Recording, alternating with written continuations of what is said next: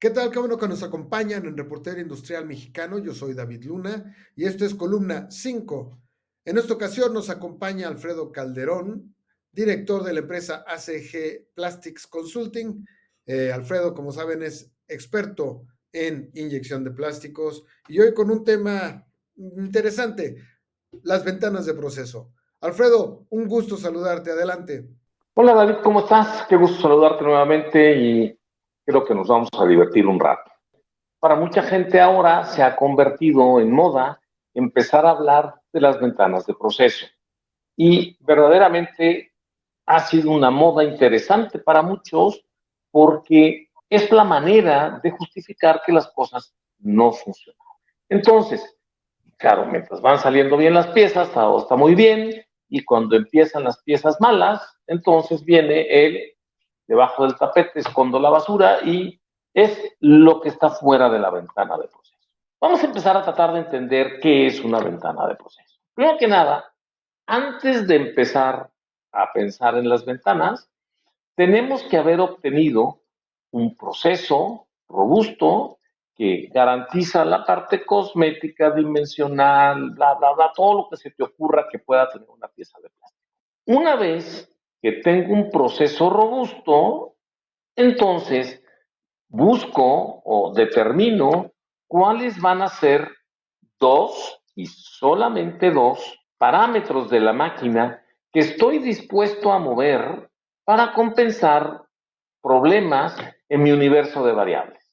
Entonces, cuando el proceso se me empiece a salir, y esto puede ser que haya una tendencia a que tenga yo piezas incompletas o tiros cortos, o por otro lado, empiece a haber la tendencia que quiere salir rebaba, entonces yo estoy dispuesto a microajustar cualquiera de estos dos valores para obtener piezas buenas y solamente piezas buenas.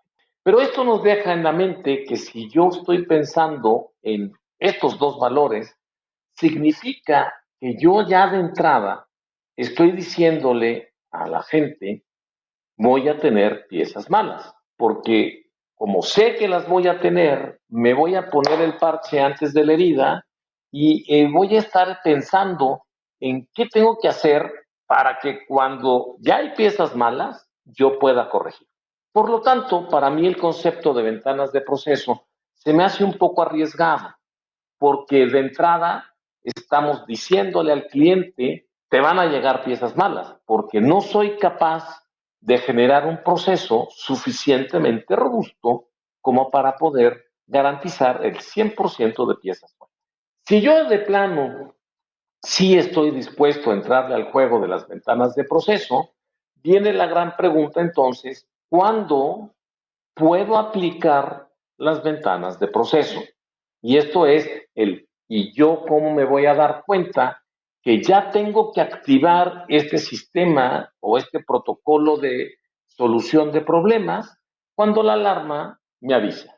Entonces, para esto la máquina tiene la capacidad de programar una serie de alarmas en las cuales si la presión de conmutación es muy alta, si la posición del cojín sobre todo está subiendo o bajando, o sea, no está en el valor que nosotros queremos, entonces me avisa que ha llegado el momento de hacer algo. Voy y veo en mis dos parámetros que yo estoy dispuesto a modificar.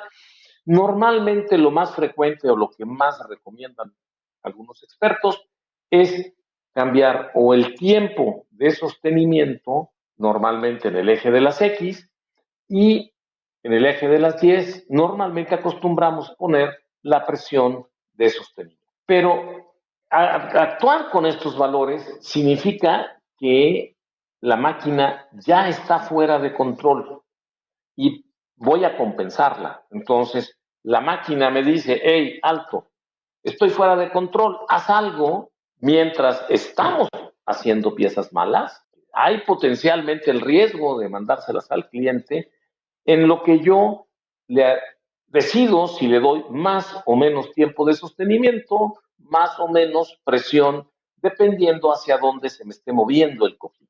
Tomada esta decisión, ajusto. ¿Qué pasa normalmente? Que la mayoría de la gente, una vez que ajustó su proceso, compensó para que regresemos, es lo más frecuente que buscamos, regresamos a la posición de cojín que se movió, dependiendo mi tiempo, yo casi debería de poder ver mi pantalla en el historial de datos y decir, hombre, tengo 22 tiros malos. Ahora viene la pregunta, ¿y cómo los vas a encontrar? Sobre todo si tus tiros van cayendo a un contenedor de piezas, ahora tienes que encontrar 22 tiros completos en ese contenedor. Ok, ¿por qué hablamos de ventana de proceso?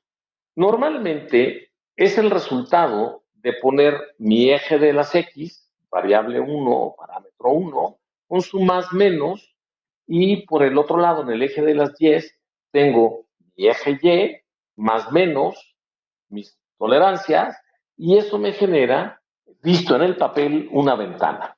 Es como si yo dibujara la ventana de una casa. Si a mí se me ocurriera trabajar con 3 variables, entonces se me generaría un cubo.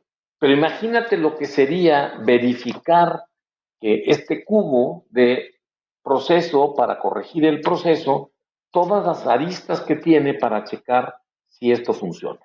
¿Sí? Y ahí, obviamente, si crezco a 4 o crezco a 5, la comprobación de si las piezas son buenas o son malas se volvería casi imposible porque esto crece de manera geométrica.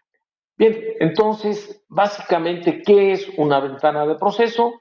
Es un área en donde yo estoy dispuesto a moverme para compensar cuando venga un tiro malo. Bien, Alfredo, las ventanas de proceso al final determinan la variabilidad, ¿no?, posible de la calidad de la inyección.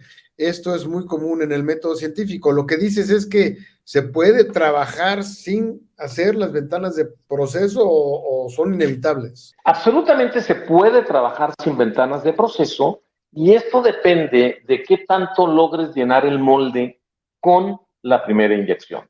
En un molde lleno totalmente con primera inyección, no hay ventanas de proceso, no existen, porque el molde está lleno. Conforme yo voy dejando de llenar el molde con primera inyección, la ventana de proceso empieza a crecer y empieza a crecer tanto que además se vuelve casi imposible a trabajar. Imagínate cuando están trabajando compañías que trabajan con material reciclado, el desastre que se genera de pensar en una ventana de proceso con una resina que está cambiando absolutamente todo el tiempo el índice de fluidez. Te vuelves absolutamente loco. Alfredo, pues muchísimas gracias por traernos este concepto y pues bueno, esperamos que la próxima semana nos acompañes con algo más sobre técnicas y procesos de inyección de plástico. Claro que sí, David. Para mí siempre es un placer estar contigo.